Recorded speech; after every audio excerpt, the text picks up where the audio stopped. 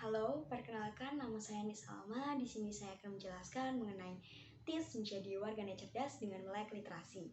Perkembangan zaman membawa dampak di segala bidang. Banyak perubahan yang terjadi khususnya terkait kemajuan teknologi informasi dan komunikasi yang semakin pesat serta memberikan kemudahan manusia dalam mengakses segala bentuk informasi.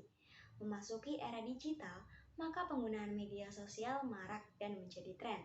Tidak hanya satu media sosial, bahkan hampir semua individu memiliki akun dari masing-masing media sosial yang ada, seperti Facebook, Twitter, Instagram, Line, TikTok, dan lain sebagainya.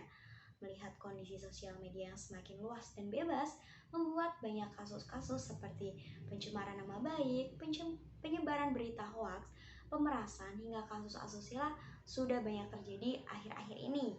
Bahkan, pemerintah mengeluarkan peraturan dalam Undang-Undang Informasi dan Transaksi Elektronik atau Undang-Undang Nomor 11 Tahun 2008 yang biasa kita kenal dengan UU ITE. Peraturan ini bersifat mengikat bagi semua warganet yang bermain sosial media. Hal ini diharapkan agar warganet menjadi cerdas dalam mengakses segala informasi yang didapat dari berbagai platform yang ada, serta tetap menjaga adab dan menghargai sesama individu lain dalam dunia maya. Lantas, apa yang perlu dilakukan warganet dalam bersosial media? Berdasarkan modul budaya bermedia digital yang diterbitkan Kementerian Komunikasi dan Informatika atau Kominfo, Jaringan Pegiat Literasi Digital atau JPLID, dan GNLD Siberkreasi, ada beberapa tips yang bisa Anda coba. Yang pertama, ikut mengkampanyekan literasi digital.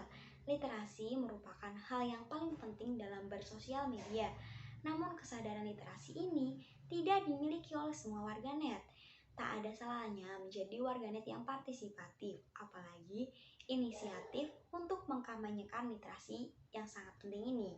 Dengan menjadi warganet yang cerdas, kita bisa ikut mengedukasi orang-orang di sekitar kita untuk lebih berhati-hati dalam menyaring informasi yang didapat dari sosial media.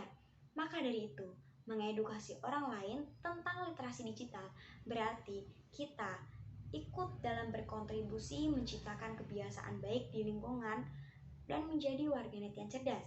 Yang kedua adalah berpikir kritis. Berpikir kritis ini melatih kita untuk tidak sekadar berbagi atau sharing. Sebelum berbagi informasi, penting untuk mempertimbangkan apakah konten yang akan kita distribusikan itu sesuai fakta, objektif, penting, dan tidak menyakiti pihak lain. Selanjutnya perlu dipastikan pula apakah konten tersebut berasal dari sumber yang kredibel, apakah konten itu komprehensif dan mencakup pandangan dari berbagai perspektif.